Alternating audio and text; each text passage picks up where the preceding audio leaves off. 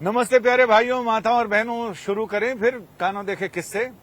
आज हम जिस पर बात करने जा रहे हैं वो है जनहित याचिका। आपने बहुत सारे रेट और सूट और इस तरह की बातें सुनी होंगी। जनहित याचिका अमेरिका में तो बहुत पहले से चल रही है, वहां इनको सरकारी कार्यवाही याचिका कहते हैं। लेकिन यहां ये जनहित याचिका का इतिहास वैसे तो अनौपचारिक रूप से बहुत पहले से है, लेकिन इसको औपचारिक जामा पहनाया उस समय चीफ जस्टिस प्रफुल्ल चंद्र नटवरलाल भगवती थे। 1985 की बात है और उस समय से जनहित याचिकाएं प्रकाश में आई। इधर में उस पर कई बार ऐसा बखेरा हो चुका है, सुप्रीम कोर्ट कई बार कह चुका, हाई कोर्ट कई बार कह चुके हैं कि जनहित याचिकाओं का जो कॉन्सेप्ट था वो उससे कई बार विचलित होते हुए दिखती हैं और उनका कहना है कि ये public interest litigation, publicity interest litigation हो गए हैं, लोगों ने धंधा बना लिया है। ये सुप्रीम कोर्ट ने कहा। सुप्रीम कोर्ट में अभी हाल में ही, कल की ही बात है, जस्टिस डीवाई चंद्रचूड़ और जस्टिस बीवी नागरत्ना, ये दोनों ही भविष्य के चीफ जस्टिस होने वाले हैं, उस लाइन में हैं, उस कतार में हैं। उनकी पीठ में मामला सुनवाई के लिए आया, जिसमें इतनी सारी मांग की गई थी कि पीठ को यह कहना पड़ा कि ऊपर सूरज को छोड़ के आपने सब कुछ मांग लिया। और उनको यह भी कहना पड़ा कि जनहित याचिकाएं जिस उद्देश्य से इनकी शुरुआत की गई थी, आप लोगों ने वो उद्देश्य ही खत्म कर दिया है। उसमें जो हेल्थ स्वास्थ्य नीति है सरकार की 2017 की, ये कहा गया कि उसे पूरी तरह से लागू कराया जाए। कोविड में जो लोग मारे गए हैं उनके आश्रितों को मुआवजा दिया जाए, उनके जीवन यापन का इंतजाम करने को सरकार को कहा जाए, साथ ही जहां जहां डॉक्टर्स की कमी है उसको दूर करने को कहा जाए, यानी पूरी स्वास्थ्य नीति एक साथ लागू करने का आदेश दे। इस पर कोर्ट ने कहा कोई एक मांग होती तो हम शायद उसके बारे में सोचते, लेकिन आपने इतनी सारी चीजें मांग ली। और मुझे तो ये लगता है कि कई बार ऐसा लगता है कि लोग जनहित याचिका में ये ना पूछें कि बाजार में मोतीचूर के लड्डू किस भाव से बिक रहे हैं, और मोतीचूर के लड्डू में उतना काजू और उतने बादाम नहीं होते हैं, किशमिश, जितने होने चाहिए। जनहित याचिकाओं की शुरुआत 1985 में, औपचारिक शुरुआत उस समय पीएन भगवती साहब ने की, जैसा ही मैंने बताया। उसका उद्देश्य ये था कि लोग सरकारी नीतियों पर अमल, जो उसका उद्देश्य था वो सरकारी नीतियों पर अमल में कहीं कोई कोताही, कहीं कोई कमी, जनता को उससे परेशानी हो तो जनता इसके बारे में सुप्रीम कोर्ट से सीधे कह सकती है। संविधान सुप्रीम कोर्ट का दरवाजा खटखटाने को अनुच्छेद 32 में और हाई कोर्ट में 226, अनुच्छेद 226 में सुप्रीम कोर्ट डायरेक्ट जा सकते हैं। जनहित याचिकाओं के लिए पहली शर्त यह है कि कोई जरूरी नहीं कि जो याचिका दायर कर रहा है वो पीड़ित हो, किसी दूसरे के लिए भी याचिका दायर की जा सकती है अगर वो जनता से संबंधित हो। सरकारी नीतियों में जिनमें शिक्षा है, जिनमें स्वास्थ्य है और तमाम तरह की चीजें, जिसमें न्यायिक सेवा भी है, उसमें भी अगर आपको सरकारी नीतियों में और इन सारी चीजों के अमल में कहीं कोई कमी दिखती है तो आप उस नीतियों में दुरुस्तगी के लिए सुप्रीम कोर्ट या हाई कोर्ट सीधा पहुंच सकते हैं। एक पोस्ट कार्ड या चिट्ठी लिखकर भी दे सकते हैं तो सुप्रीम कोर्ट उसको जनहित याचिका में उसको काउंट करते हैं। बहुत सारे लोग हैं, हाल के वर्षों में तो बहुत सारे ऐसे उदाहरण हैं, ऐसी मिसालें हैं जिसमें लोगों ने सिर्फ चिट्ठी लिख, जेल से एक कैदी ने चिट्ठी लिख दी, सुप्रीम कोर्ट ने उसको जनहित याचिका माना। लेकिन कोर्ट ने, ऐसे भी मामले हैं जिसमें कोर्ट ने जनहित फर्जी, फालतू की, कोर्ट का समय बर्बाद करने को, जिसमें कोर्ट को साफ साफ लगता है कि इनकी मानसिकता सिर्फ पब्लिसिटी गेन करने की है, जनता का हित करने से इनका कोई मतलब नहीं, जनता का हित तेल लेने, ये सिर्फ अपनी पब्लिसिटी के लिए आए हैं या अपने राजनीतिक इच्छा शक्ति को पूरा करने आए। कई लोग तो ऐसे भी हैं जो अपने राजनीतिक काकाओं को खुश करने के लिए ऐसी जनहित याचिकाएं लेकर आते हैं कि देखने में ऐसा लगता है कि जनहित याचिकाएं सरकार के या किसी भी पार्टी के खिलाफ हैं या सरकार की नीतियों के खिलाफ हैं। लेकिन वो क्या करते हैं, सबसे शुरू में उन जनहित याचिकाओं को दायर कर देते हैं, वो वहां डिसमिस हो जाती है और उसके बाद सब कुछ फुस हो जाता है। यानी एक बार डिसमिस हो गया तो आप सेम ग्राउंड पे दोबारा आ नहीं सकते। तो कई बार तो संकट मोचक होते हैं। कई ऐसे लोगों को मैं जानता हूं जिनके नाम ले लूं तो हंगामा मच जाए, लेकिन उनका काम ही यही है, जनहित याचिकाओं के जरिए अपनी स्वार्थ सिद्धि करना। कोर्ट ने ऐसे कई लोगों पर जुर्माना भी लगाया है। कई वकीलों को तो मैं जानता हूं जिन पर 5-5 लाख रुपए जुर्माना लगाया, और कोर्ट ने कहा जब तक आप भरेंगे नहीं तब तक दूसरी याचिका दायर नहीं कर सकते। ये याचिका जिन रेड्डी साहब ने लगाई, उनका यह कहना था कि एक रमेश बाबू हैं, वो वाले रमेश बाबू नहीं जो एक चुटकी सिंदूर वाले रमेश बाबू हैं, उनको इस तरह से बहुत परेशानी हुई है। कोर्ट ने कहा कि आप बिना पूरे होमवर्क के पूरे देश का ठेका लेकर, जनता का ठेका लेकर आ जाते हैं। होमवर्क तो करो, आप कुछ आंकड़े तो दें कि किस तरह से इन सारी चीजों से लोगों को परेशानी है, लोगों को दिक्कतें हैं, लेकिन आपके पास तो कुछ नहीं है। कई लोग तो अखबार की कटिंग लगाकर जनहित याचिका दायर कर देते हैं और उस पर कोर्ट फिर जो नाराज होता है, कई बार कॉस्ट भी लगाता कि आपने कोर्ट का और सबका टाइम खराब किया है। तो उनसे रेड्डी साहब से, उनकी तरफ से श्रवण कुमार वकील साहब पेश हुए थे और उनसे कोर्ट ने कहा कि इसमें कोई आंकड़ा नहीं है, किसी तरह की कोई फाइंडिंग्स नहीं है, कोई ऐसा रिसर्च नहीं है जिसकी रिपोर्ट को आधार बनाकर आप जनहित याचिका दायर करते हैं। तो ये बिना होमवर्क के ऐसे आप चले आते हैं, इसका तो कोई मतलब नहीं है। तो जनहित याचिकाएं जिस उद्देश्य से शुरू हुई थी, वो उद्देश्य तो कहीं कहीं कुछ याचिकाएं आती हैं अच्छी। जैसे कोर्ट ने एक वकील को बोला भी था कि हम आपकी सिर्फ इसलिए लिहाज करते हैं कि आपने कई अच्छे मुद्दे उठाए हैं, लेकिन साइमल्टेनियसली कई बार उन्हीं वकील साहब की जनहित याचिकाओं पर और कोर्ट ने कॉस्ट भी लगाया, जुर्माना भी लगाया। तो इस तरह की बहुत सारी चीजें हैं इन जनहित याचिकाओं पर। ये अपने आप में बहुत दिलचस्प है कि कोर्ट को यह कहना पड़ा कि ऊपर सूरज से छोड़ के आपने सब कुछ मांग लिया है। हम इतनी सारी चीजों पर एक साथ हम सुनवाई नहीं कर सकते हैं।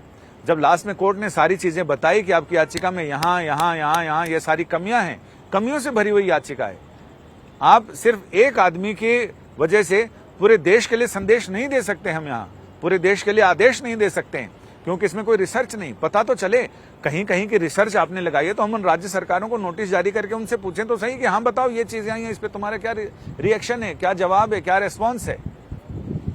तो जनहित याचिकाएं जहां से शुरू हुई थी, सच में बहुत सारी चीजें जो जहां से शुरू होती है, जिस उद्देश्य से बनाई जाती है, वो उद्देश्य कालांतर में वो अपने डिरेल्ड हो जाते हैं। इसलिए एक जैन संत हुए हैं मुनि तरुण सागर जी, उन्होंने कहा कि धर्मों के बारे में और सारे संस्थानों के बारे में उन्होंने कहा कि 500 वर्ष बाद इनको फिर से रिवीजन होना चाहिए, इनको नष्ट कर देना चाहिए। धार्मिक स्थान उनको भी रिवाइज करने की जरूरत होती है, क्योंकि वो अपने उद्देश्य से भटक जाते हैं। भगवान बुद्ध जो मूर्ति पूजा के विरोधी थे, आज दुनिया में सबसे ज्यादा मूर्तियां उन्हीं की मिलती हैं। जो बहुत सारे ऐसे पेशे हैं, बहुत सारे ऐसी चीजें हैं जो मिशन से शुरू हुई थी। वकालत का पेशा, जर्नलिज्म का पेशा, बाकी सारे पेशे मिशन से शुरू हुए थे। आज वहां कोई मिशन नहीं, सिर्फ कमीशन है। तो ये सारी चीजें बहुत हिम्मत के साथ मुझे आपके साथ शेयर करनी पड़ती है और कहनी पड़ती है। मुझे मालूम है बहुत सारे लोग इस पे आग बबूला भी हो जाएंगे, लेकिन जो सच है, मुझे लगता है सच कहने में कोई कोताही नहीं होनी चाहिए। कोर्ट ने भी सच बोला। कोर्ट ने बोला बिना होमवर्क के आप लोग आते हैं, आप लोगों ने धंधा बना लिया है, उद्योग बना लिया है PIL को। तो ये सारी चीजें हैं जो अखबारों की सुर्खियों में कम आती हैं, लेकिन फिर भी मुझे लगता है कि आपके साथ इस पे मुझे बात करनी चाहिए, क्योंकि बहुत सारे लोगों के मन में सारी चीजें होती हैं। अब शॉर्टकट चलते चलते हम उन खबरों का भी पर भी बात कर लें जो आज दिन भर सुर्खियों में रही हैं। उसमें एक तो ये कि कोर्ट ने कहा कि 4 महीने के अंदर जिन दिव्यांग लोगों को अपनी सर्विस में प्रमोशन में आरक्षण देने की बात है, कोर्ट ने इसमें ऑर्डर किया है। इसमें कोई 3-5, 9-13-22 नहीं होगा। इसमें आपको 4 महीने के अंदर हमारे ऑर्डर को इंप्लीमेंट करना होगा।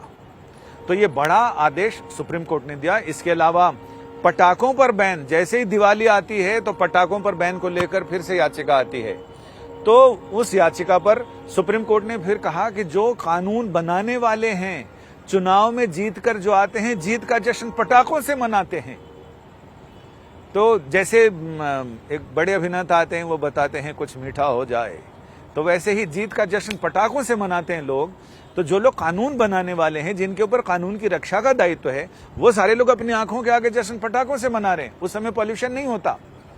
तो उनका ये कहना था, और याचिकाकर्ता की तरफ से भी ये कहा गया कि सुप्रीम कोर्ट ने जो आदेश गाइडलाइन दिए थे उसका खुलेआम उल्लंघन हो रहा है। इसमें प्रदूषण रोकने वाली कई संस्थाएं, वो नियामक, उसमें चाहे नीरी हो चाहे और संस्थाएं हों, वो भी कुछ नहीं कर पा रही हैं।